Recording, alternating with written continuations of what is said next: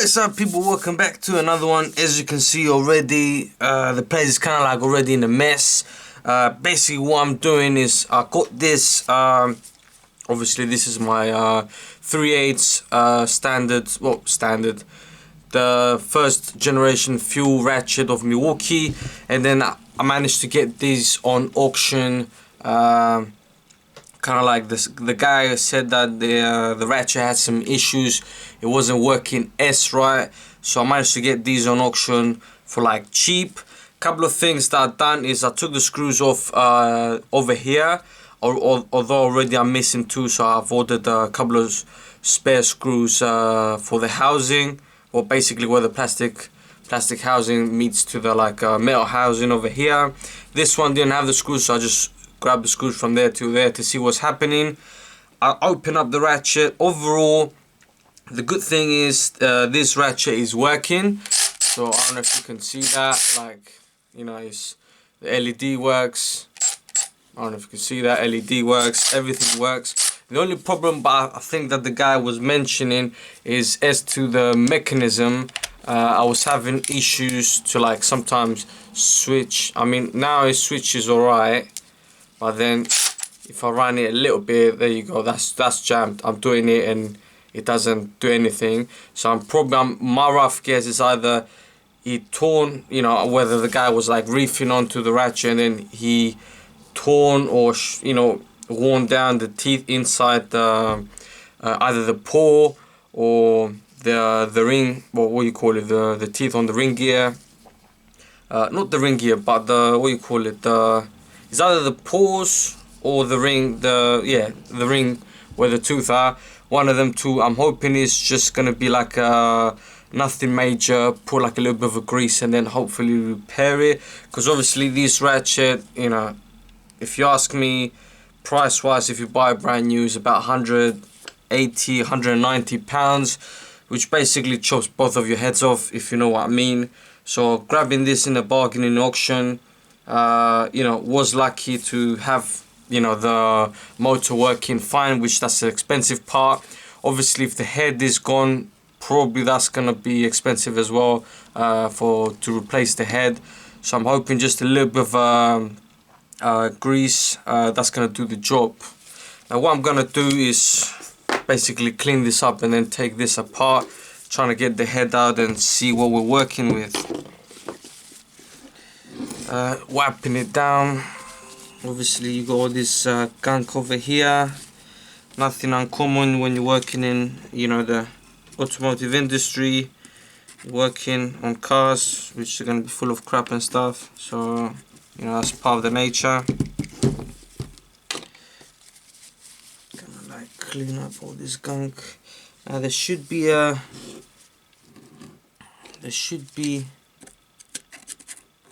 circlip in there, kind of taking the gunk off. But yeah, I mean, these ratchets, Milwaukee ratchets, I'm real happy, and then I'm real happy with having this one as well, working, well, almost, but the motor's working. I know that's the expensive part. Obviously the housing as well, the pull, the whole mechanism onto the head, that's expensive as well, but I might be able to get away with that. So hopefully we get lucky. I think I can actually see, that's where they are. Using specialty circlip pliers, I'm just joking, these are kind of cheaper ones that I bought. I got my other ones, my proper ones at work. Aha!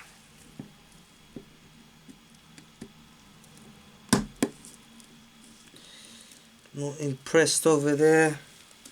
Cheap circlip pliers. Hopefully this doesn't fly off.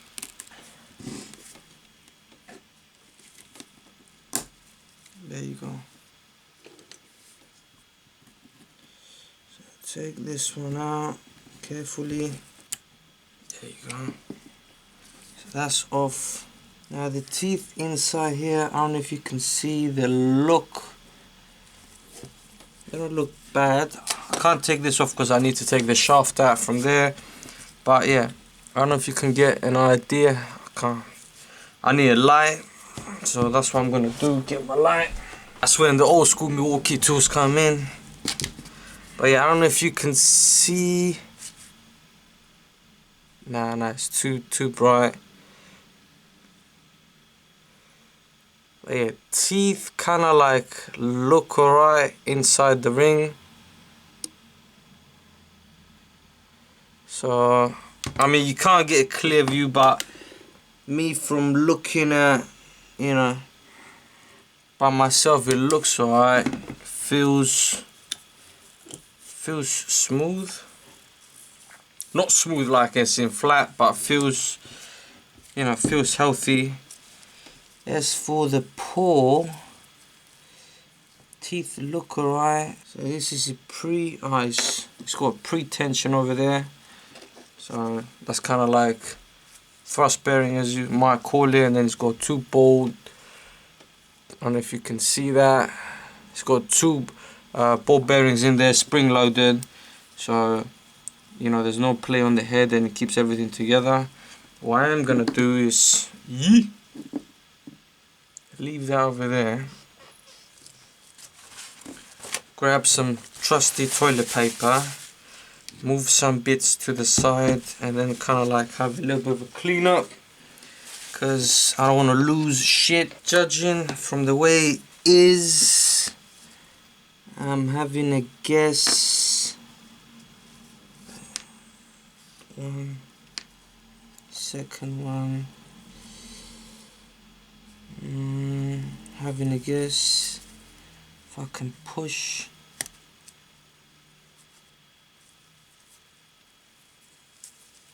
If I can push that pin, or maybe the other way.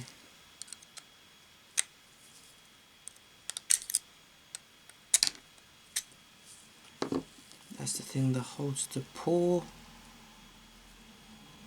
There you go. How am I gonna take this one out?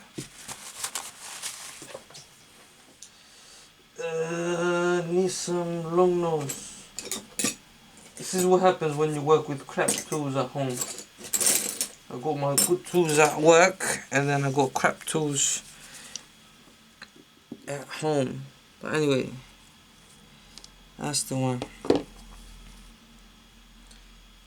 So this looks to be working alright. Just give it a good clean up. I don't know if this is molybdenum grease or whatever it is. Just gonna put some of my own grease in there. I just want to look. So I'm assuming for the paw to be getting stuck a little bit, it's got to do with this like tensioner spring, because this little tensioner spring over here, I don't know if you can see that. Put it on my glove. So this tensioner like pin with a spring inside, that's what basically sits in there.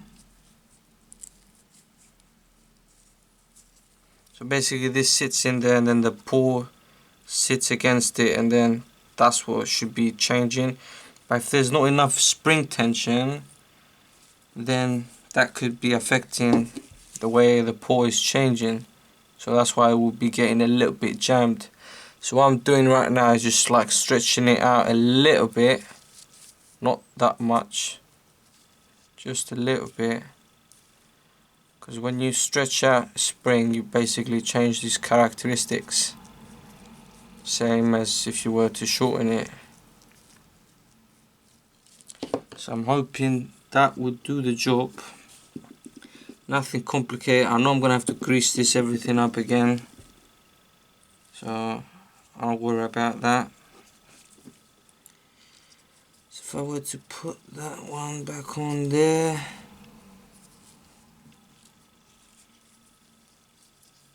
place that one.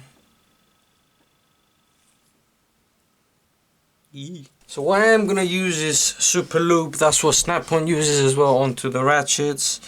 I use this on another head of the ratchet, like the first gen Milwaukee. Seemed to be doing alright, so that's what I'm going to use. Gonna put some in there as well, kind of like help it.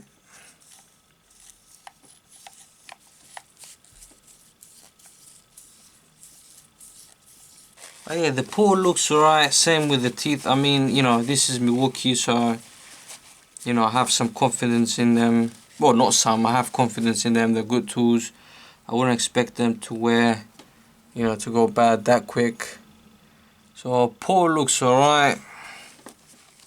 Just gonna lube it up as well. Same with everything. Keep it running smooth. I don't know how the previous guy treated it, but obviously the tool was probably used and abused. What I'm gonna do is clean this one up as well. So yeah, I don't know what grease Milwaukee uses. I'm using Super Lube. I had good results with it, so can't really complain.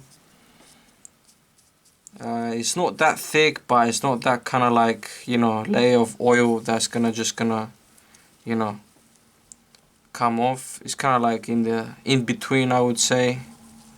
So it's got good lubrication, but it ain't too thick, so it should be alright. Just place the thrust bearing on, and then kind of like both, and then trying to put that in there, and hopefully that helps with the situation. Alright, that seems to be in. So what I'm gonna do is just place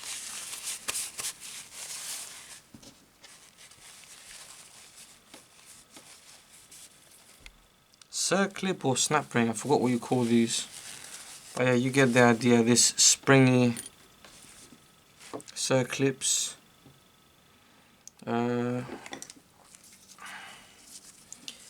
Where's the El Cheapo tool?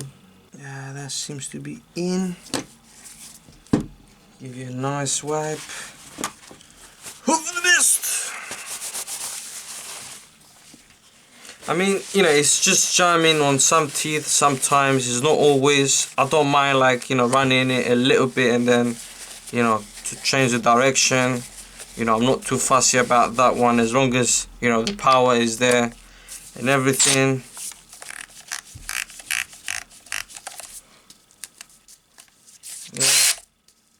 Yeah.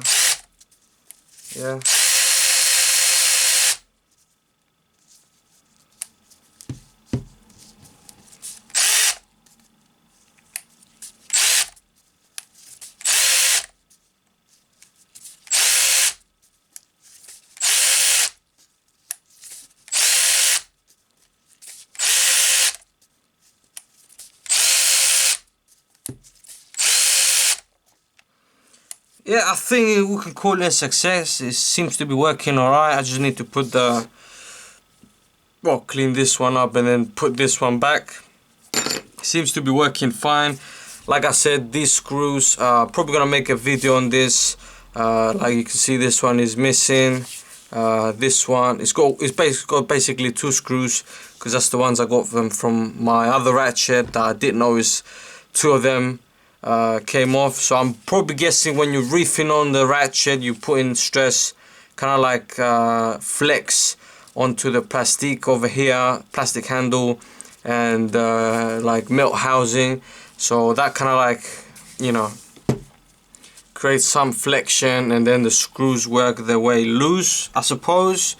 Because, you know, I would say I never dropped this tool, or probably any of my other Milwaukee tools. My torch, yeah, but like my Ratchet, Impact, or whatever, hardly ever like drop them. I'm careful with them because I want to take care of my tools, because, you know, take care of your tools, they take care of yourself, they take care of you.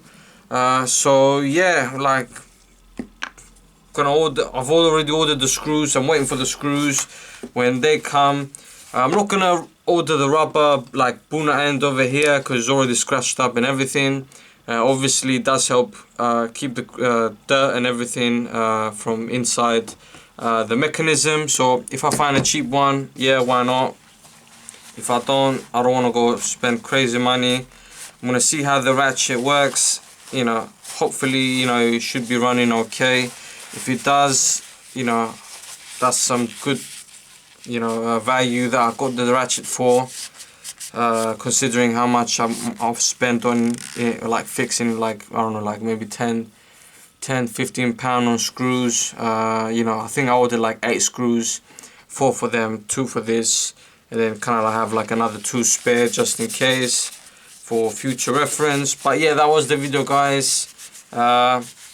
Didn't talk too much. I'm probably gonna make a review on this as well, see how it handles, see how it feels, and I want to do a video mentioning about the screws for people out there, because you know, all the whatever brand of tools, whether it's Snap-on or whatever, Milwaukee, DeWalt or whatever you're using, some of the every tool has kind of like its drawbacks and obviously benefits and drawbacks. So I think this, you could call this a drawback for Milwaukee, having the screws coming out by itself. I mean, I didn't even realize it by today. I was using the tool all the time, and I didn't realize that 2 of the screws you know, came off. So that's a bit of a, you know, disappointment over there.